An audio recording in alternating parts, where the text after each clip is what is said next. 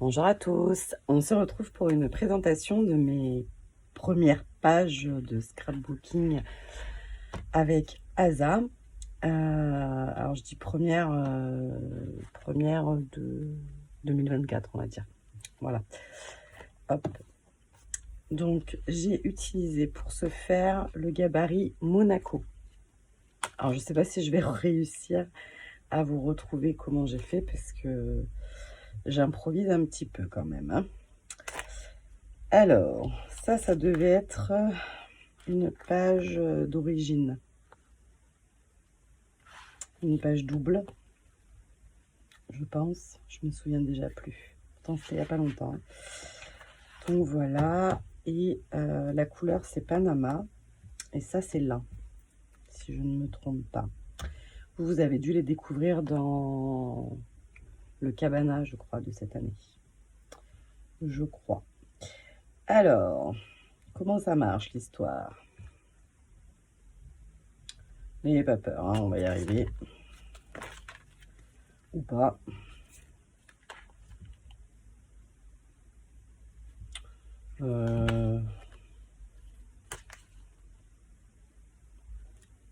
Donc il y a Monaco 1 et Monaco 2. Mais je crois que c'est celui-là que j'ai utilisé. Je cherche et je cherche mal parce que déjà je vois que c'est plutôt ça. Voilà, nous y voilà. C'était dur, hein. Donc c'est le Monaco 2 dont je me suis servi pour faire cette première partie. J'ai aussi utilisé des scénettes, les tampons de la collection Arcade et les stickers contour ronds que j'ai coupés en deux pour faire un peu un arc. Voilà. Donc ensuite, ça se présente comme ceci. Donc en toute logique, celui-là, j'ai dû prendre l'inverse. En toute logique. C'est ça, tout à fait. Donc une fois à l'endroit, une fois à l'envers, évidemment. Enfin, évidemment, c'est pas si évident que ça pour moi. Hop. Et de ce côté-là, ça doit être... ça doit être comme ceci. Donc toujours le Monaco 2. Et là, je sais pas si vous verrez, en fait, moi, ma photo, j'avais pas envie de la découper, hein. Donc, je me suis arrangée avec la zone. Alors, je débute dans ce genre de choses. Donc, dès qu'on extrapole du gabarit, je trouve ça évidemment très enrichissant de chercher de nouvelles configurations.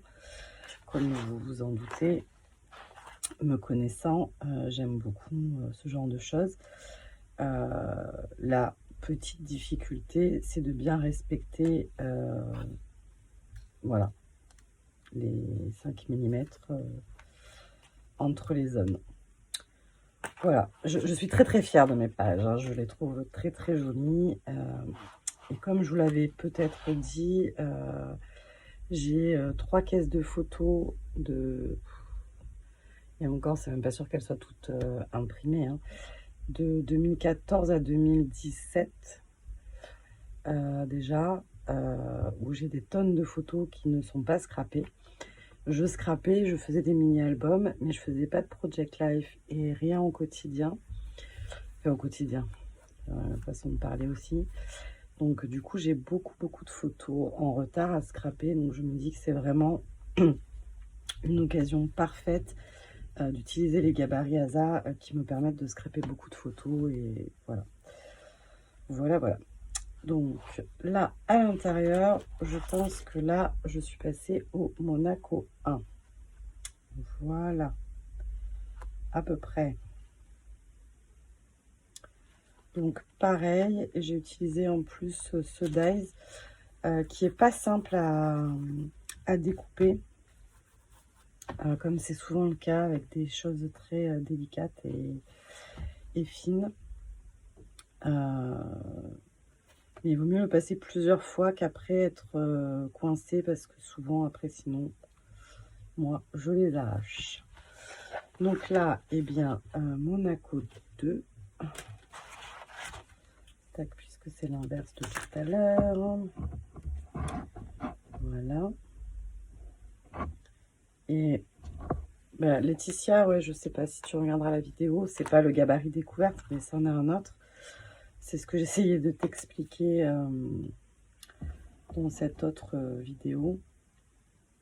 On n'est pas obligé de se servir de toutes les zones du gabarit. Et ça, c'est ce que je trouve le plus amusant.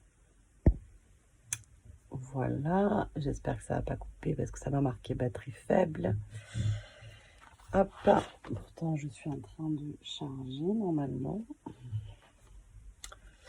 Voilà, et ensuite, hop, pareil. Donc là, c'est Monaco 1. Tac, tac. Donc là, j'ai utilisé la zone du milieu. Et après ce motif-là, je suis venue le mettre en dehors du gabarit. Voilà. Et là, bien sûr, vous avez la preuve que c'est bien moi qui les ai faites, ces pages, puisque j'ai fait tomber. Alors, je crois pas que c'est le pas de dents qui est tombé. Je pense que j'avais fait des tamponnages et que mon tampon n'était pas nettoyé sur le bloc, posé sur le bureau, et j'ai dû décaler la page. Et voilà. Un truc dans le genre, enfin un truc à moi, quoi. Voilà. Et j'ai donc fait les pages dans la continuité avec les mêmes photos. Donc là, j'ai fait rentrer du papier couleur nénuphar, si je ne dis pas de bêtises. Et j'ai utilisé la planche de tampon étamine.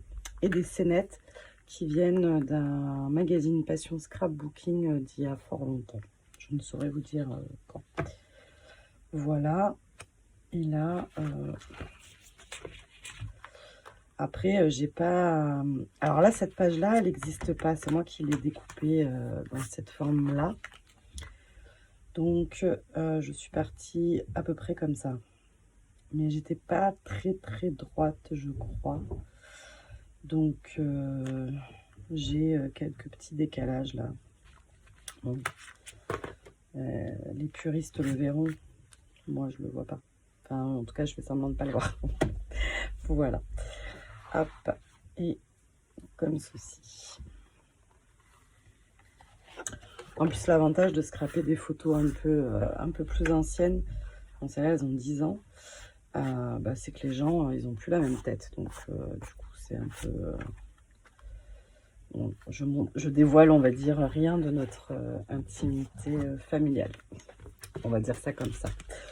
Voilà. Mais écoutez, j'espère que ça vous aura plu, donné des idées, donné envie de ressortir votre matériel ASA si vous en avez. Je sais que Céline en a et qu'elle m'a dit que ça lui donnait envie. Et c'est vrai que, enfin en tout cas pour scraper des photos, c'est vrai que c'est le top. Voilà. Même si je vous ai montré sur Facebook aussi le petit moodboard que j'ai réalisé avec un gabarit ASA et des tampons ASA et les mini encreurs de chez ASA, uniquement en guise d'aquarelle. Et je trouve que le résultat est trop choupi aussi. Voilà. Et bien écoutez, je vous fais des gros bisous. Je vous dis à très vite pour une nouvelle vidéo. Bye bye.